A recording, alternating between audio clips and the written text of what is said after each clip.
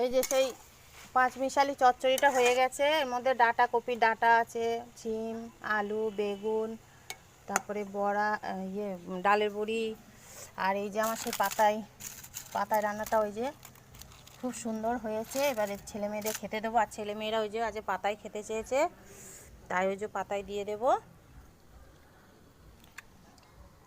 তো এই যে পাতায় ভাজাটা দিয়ে দিলাম, মাছ পাতাটা।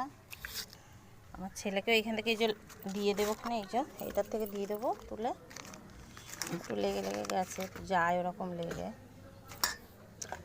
আর এই যে একটু ডিম ভাজা করেছিলাম ছিঁড়ে ভুড়ে, এই যে